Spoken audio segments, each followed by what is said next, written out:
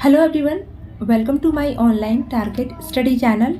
तो फ्रेंड्स, आज हम इस वीडियो में बाल विकास और शिक्षा शास्त्र के मोस्ट इम्पॉर्टेंट क्वेश्चन को सॉल्व करने वाले हैं और ये सभी क्वेश्चन आपके आने वाले सीटेट और बिहार टेट एग्ज़ाम 2022 के लिए काफ़ी ज़्यादा यूज़फुल रहने वाली है। तो वीडियो को अंत तक ज़रूर देखिएगा। चलिए स्टार्ट करते हैं आज के हमारे फर्स्ट क्वेश्चन से। तो आज का हमारा पहला क्वेश्चन है, बच्चे की बुद्धि लब्धि 90 से 110 के मध्य है तो वह है। ऑप्शन है सामान्य बुद्धि का, प्रखर बुद्धि का, उत्कृष्ट बुद्धि का तथा प्रतिभाशाली बुद्धि का। तो जिस बच्चे की बुद्धि लब्धि 90 से 110 के मध्य है वह बच्चा जो होगा वो होगा सामान्य बुद्धि का, और जिस बच्चे की बुद्धि लब्धि 110 से 120 के मध्य होगी तो वो बच्चा जो होगा वो श्रेष्ठ बुद्धि का होगा, और जिस बच्चे की बुद्धि लब्धि 120 से 140 होगी तो वो बच्चा अति श्रेष्ठ बुद्धि का होगा, और जिस बच्चे की बुद्धि लब्धि 140 से ऊपर होगी तो वो बच्चा जो होगा वो होगा प्रतिभाशाली बुद्धि का। अगला क्वेश्चन है, बच्चे के लिए निःशुल्क एवं अनिवार्य शिक्षा का अधिकार अधिनियम कितने वर्ष के बच्चे के लिए लागू है? इसके ऑप्शन है 6 से 14 वर्ष, 7 से 13 वर्ष, 5 से 11 वर्ष या फिर 6 से 12 वर्ष।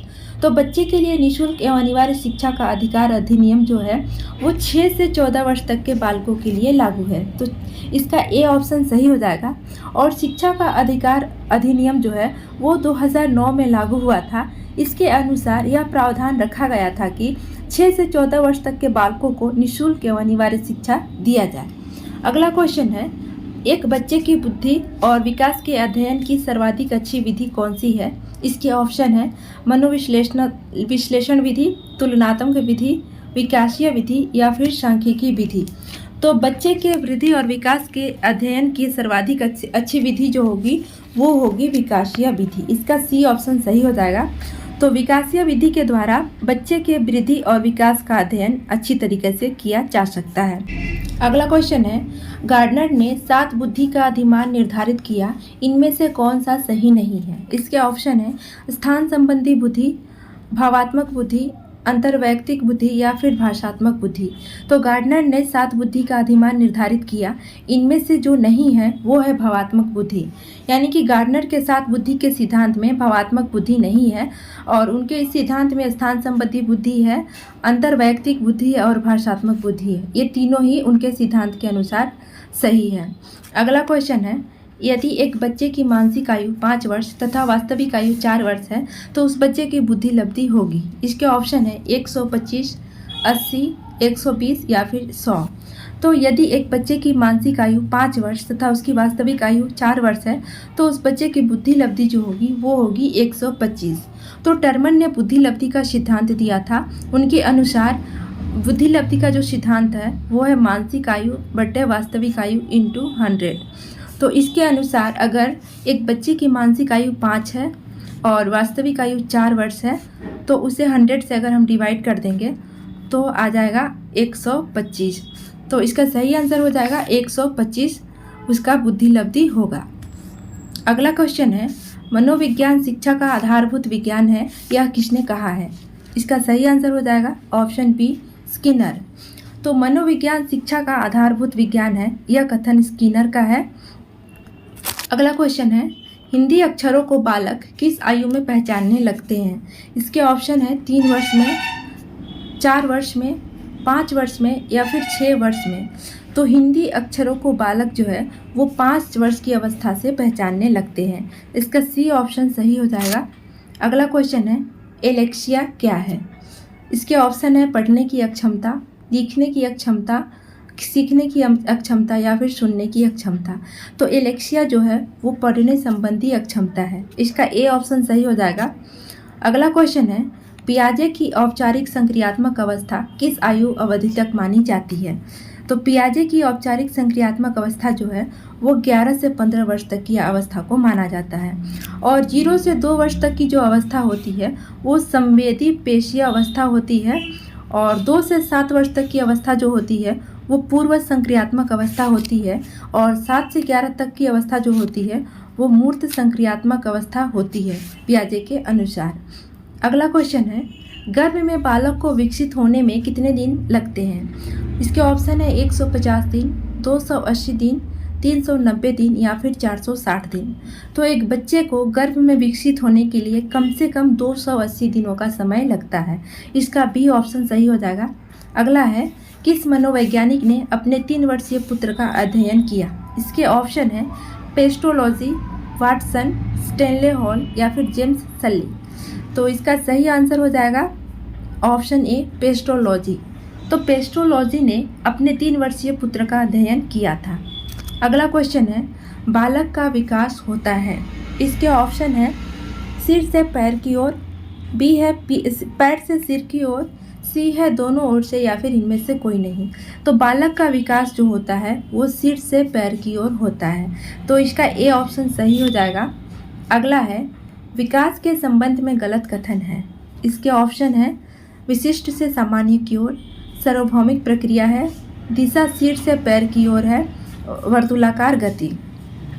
तो विकास के संबंध में गलत कथन जो है वो है विशिष्ट से सामान्य की ओर, यानी कि विकास जो है वो सामान्य से विशिष्ट की ओर चलता है। तो इसका ए ऑप्शन सही हो जाएगा क्योंकि यहाँ पे गलत कथन पूछा गया है।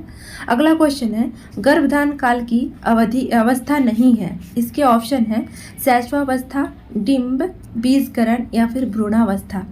तो इसका सही आंसर हो जाएगा ऑप्शन ए शैशवावस्था। तो शैशवावस्था गर्भधान काल की अवस्था नहीं होती है। अगला क्वेश्चन है, मानव जीवन की मनोभौतिक एकता कहलाती है। इसके ऑप्शन है मन तथा शरीर का विकास, शरीर तथा हड्डियों का विकास, शरीर तथा हृदय का विकास या फिर आत्मा तथा मांसपेशियों का विकास। तो मानव जीवन की मनोभौतिक एकता कहलाती है मन तथा शरीर का विकास। इसका ए ऑप्शन सही हो जाएगा। अगला क्वेश्चन है, गर्भ में सर्वप्रथम निर्माण होता है। इसके ऑप्शन है पैर का, सिर का, धड़ का या फिर सभी का। तो गर्भ में सबसे पहले जिसका निर्माण होता है वो होता है गर्भ का, यानी सिर का निर्माण सर्वप्रथम होता है गर्भ में। अगला क्वेश्चन है, जन्म के समय शिशु में कितनी हड्डियां होती हैं? इसके ऑप्शन है 206, 230, 270 या फिर 320। तो गर्भ के समय एक शिशु में 270 हड्डियां होती हैं। सी ऑप्शन सही हो जाएगा। और धीरे धीरे हड्डियां जॉइंट होती जाती है और बाद में घटकर 206 हड्डी बच जाती है। अगला क्वेश्चन है, बालक अपनी माँ को पहचानना प्रारंभ कर देता है। इसके ऑप्शन है 6 माह में, 8 माह में, 9 माह में या फिर 3 माह में। तो बालक अपनी माँ को पहचानना 3 माह में ही प्रारंभ कर देता है। इसका डी ऑप्शन सही हो जाएगा। अगला है, बालक के जन्म के समय शिशु के मस्तिष्क का भार कितना होता है? अगला ऑप्शन है 300 ग्राम, 350 ग्राम, 400 ग्राम या फिर 450 ग्राम। तो बालक के जन्म के समय शिशु के मस्तिष्क का भार जो होता है वो होता है 350 ग्राम। इसका बी ऑप्शन सही हो जाएगा। अगला है, कल्पना जगत में विचरण होता है। इसके ऑप्शन है शैशवावस्था में, किशोरावस्था में, बाल्यावस्था में या फिर शैशवा व किशोरावस्था में। तो शैशवावस्था और किशोरावस्था में बच्चे जो होते हैं वो कल्पना जगत में विचरण करते हैं। इसका डी ऑप्शन सही हो जाएगा। अगला है, बालक मुख्य रंगों की पहचान कर लेता है। इसके ऑप्शन है 5 वर्ष में, 2 वर्ष में, 3 वर्ष में या फिर 4 वर्ष में। तो बालक जो है वो मुख्य रंगों को 5 वर्ष की अवस्था से ही पहचानना शुरू कर देता है। अगला क्वेश्चन है, छोटे छोटे वाक्यों को बोलना तथा 3 पहियों की साइकिल चलाना यह कार्य किस अवस्था में होता है? इसके ऑप्शन है शैशवावस्था, बाल्यावस्था, किशोरावस्था या फिर प्रौढ़ावस्था। तो छोटे छोटे वाक्यों को बोलना तथा 3 पहियों की साइकिल को चलाना यह कार्य शैशवावस्था से ही शुरू हो जाता है। और शैशवावस्था की जो अवधि होती है वो होती है 0 से 2 वर्ष तक की अवधि।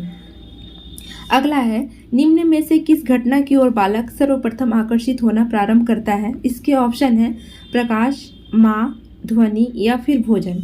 तो सर्वप्रथम एक बालक जो है वो प्रकाश की ओर आकर्षित होना प्रारंभ कर देता है। इसका ए ऑप्शन सही हो जाएगा। अगला है, बालक की जिज्ञासा को किया जाना चाहिए। इसके ऑप्शन है दमन, शांत, उत्तेजित या फिर सक्रिय। तो बालक की जिज्ञासा को शांत करना चाहिए, यानी कि बालक जो है उनकी जो भी जिज्ञासा होती है उसे शांत करना चाहिए। आज का हमारा अंतिम क्वेश्चन है, भारत में बाल विकास की शुरुआत कब हुई थी? तो भारत में बाल विकास की जो शुरुआत हुई थी वो हुई थी 1930 ईस्वी में। इसका ए ऑप्शन सही हो जाएगा। तो 1930 ईस्वी में हमारे देश में बाल विकास की शुरुआत हुई थी। तो फ्रेंड्स, आई होप ये वीडियो आपको अच्छी लगी होगी। अगर ये वीडियो आपको अच्छी लगी है तो इसे लाइक ज़रूर कीजिएगा और साथ में इस चैनल को सब्सक्राइब करके बेल आइकन की नोटिफिकेशन घंटी को ऑन कर दीजिएगा, जिससे आपको आने वाले सभी वीडियोस की नोटिफिकेशन टाइम टू टाइम मिलती रहे। तो आज के लिए इतना ही। नेक्स्ट वीडियो में फिर से मिलेंगे, तब तक के लिए गुड बाय।